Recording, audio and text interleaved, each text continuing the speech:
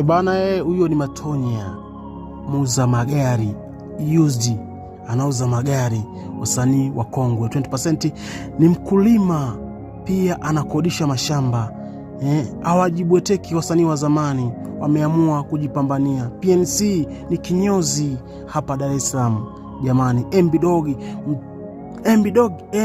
Dog ni mwalimu wa karate jamani. Huyo ni Hussein Macho, anafundisha watu kutengeneza viatu huko Italy.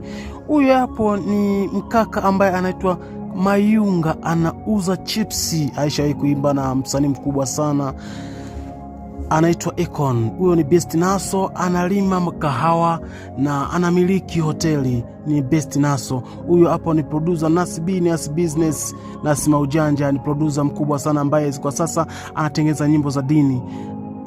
Jamani Timbulo jamani, nadhani mnamfahamu, anafuga kuku wa kisasa hapa Dar es Salaam nchini kwetu. Buibui anauza mitumba anauza mitumba Buibui hapa Dar es Salaam. Mo Music, mtoto wa Mwanza, analima. Huyu ni mkulima Mo Music, msimuone shombe fulani, lakini ndio hivyo.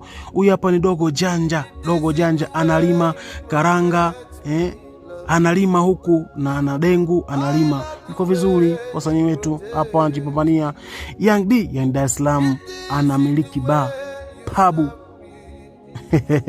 taka unywaji, nenda pale kwa Young Dar es Salaam. Huyo ni Inspector Alu, anafuga kuku wa kisasa. Inspector Alu babu, nikupe.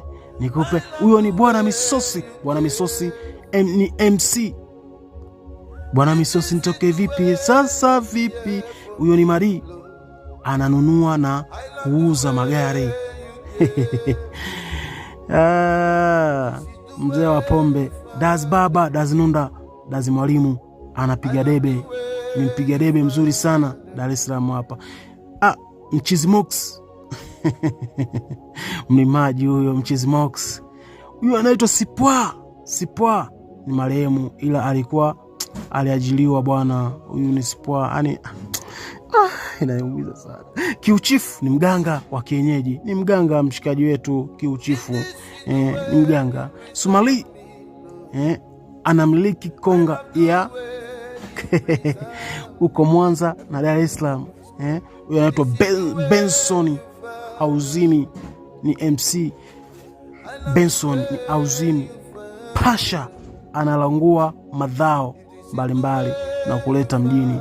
Huyo ni Pasha.